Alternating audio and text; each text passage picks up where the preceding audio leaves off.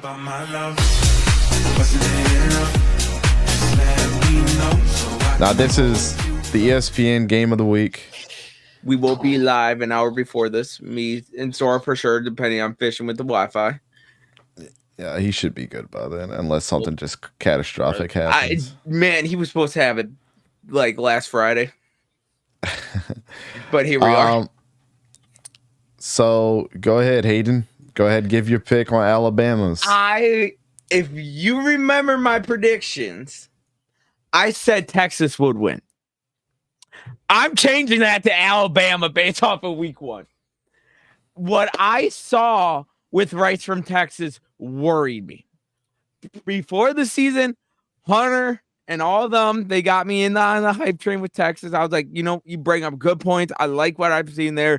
Last year, you kept... Be an independent thinker.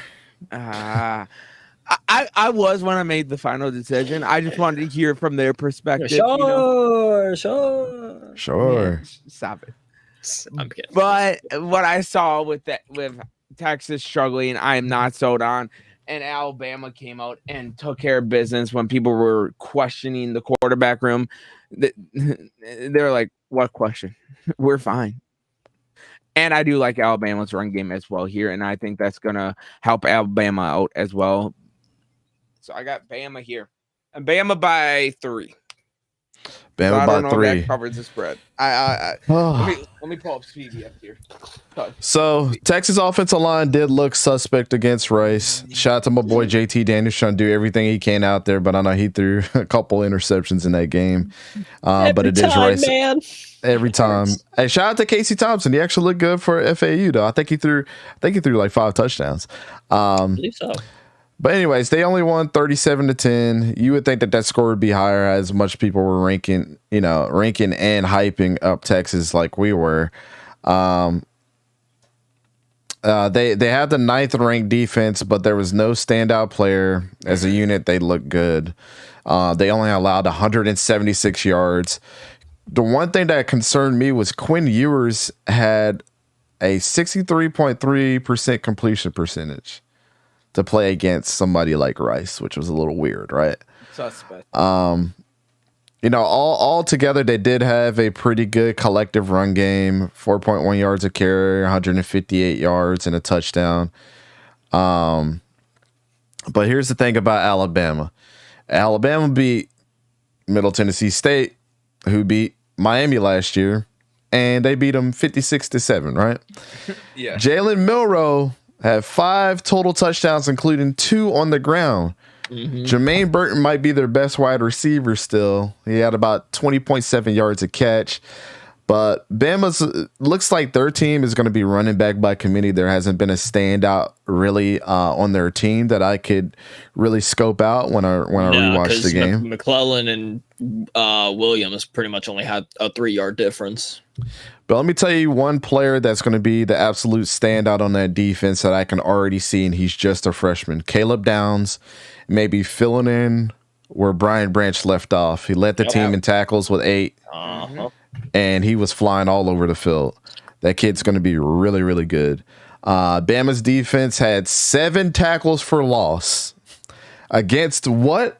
Texas' weak offensive line that they're going to play this week is going to have to surrender to that.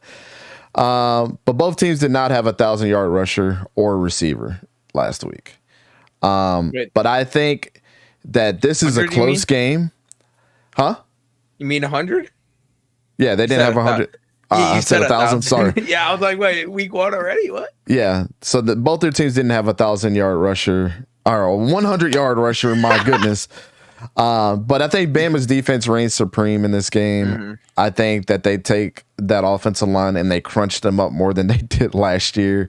They looked horrible, against a team like Rice. And if Caleb Downs and that front 7 and they can get as much stat total as they did, especially tackles for loss, Bijan Robinson's not on this team anymore. I think Roshan Johnson ain't on this team anymore. Roshan Johnson. Team, you mean?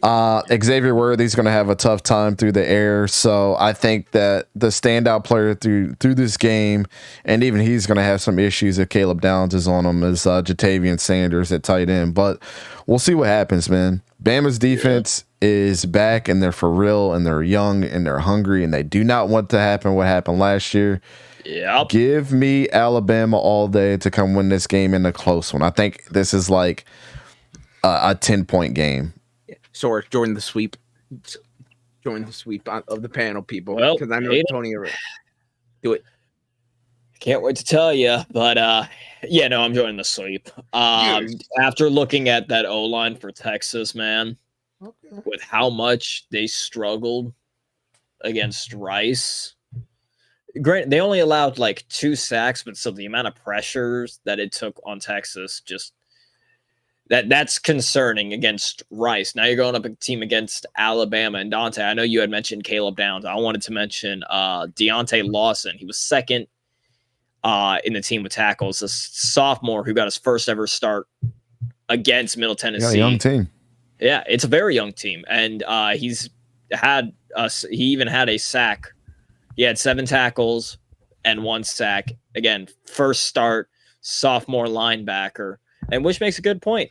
This is also in Tuscaloosa. It's not out in Texas like last year. Though, with what you said, Dante, about Caleb Downs, he's kind of replacing the Brian Branch. Deontay Lawson, he's taking over the Henry To'o, Christian Harris. So you've got your young, much like A&M. This is a young team on defense. A&M was a young team on offense. That's going to be a fun matchup to watch whenever we get there. A&M Bama. Mhm. It's going to. This is a very young and hungry team, and Saban does not like losing, No. Nope. especially to a team 2 years in a row. And Last year, I think, kind of sparked something. The fact that it took that long to go into the quarterback, the fact that he was aggressive in the transfer portal. Definitely does look like Jermaine Burton or Isaiah Bonds is going to be your main receiver. And rushing wise, yeah, it is kind of a running back by committee. McClellan, 10 carries, 39 yards. Rodell Williams, 7 carries, 36 yards. So, I mean, and you even can throw in Justice Haynes. So it's definitely, Bama's going to kill you with the run.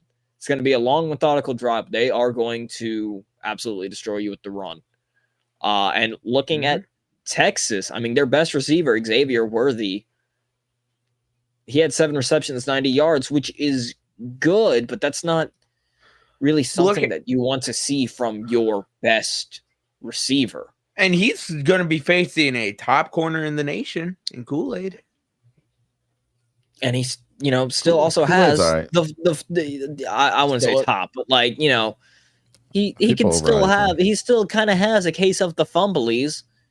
And exactly what Dante said, and I said, you don't have Bijan, you don't have Roshan. Because even when Roshan came in, he was always explosive. You've got Jaden Blue and Jonathan Brooks, who both had 55 yards, but Jaden Blue had 10 carries and Jonathan Brooks had 12. Yeah. You would get 50 yards in like 6 carries with Roshan and Bijan. So your like big power in running is just no longer there in Texas. Your 1-2 punch is not there. Exactly. It's a brand new 1-2 punch, and it's just not that powerful anymore. But yeah, no, I'm thinking it's going to be Bama by like 10 points against Texas. Facts. Ooh. Facts.